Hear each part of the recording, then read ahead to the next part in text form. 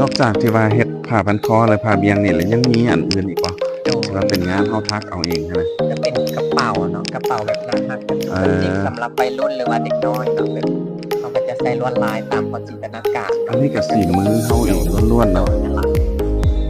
มันจะเป็นขึ้นกับเกรดแล่นเนาะมันจะแล่นแต่ละประเภทมันจะเหมาะสมกับแต่ละงานของกันคือตัวนี้เนาะเขาจะผสมผสานระหว่างหัตถกรรมลาวกับเป็นไหมพรมของต่างประเทศ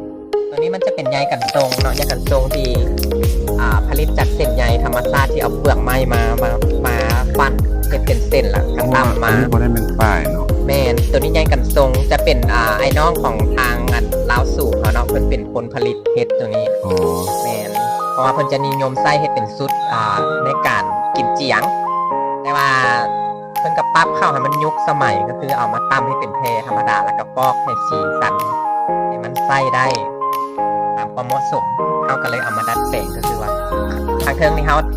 ทัดส่วนอันนี้ก็จะเป็นผ้าใยกันทรงเป็นใยธรรมชาติอันนี้บ่เป็นผ้าฝ้ายแต่เป็นใยกันทรง อืม เป็นภูมิปัญญาของไอ้น้องของเราสู่เขาเป็น อ๋อ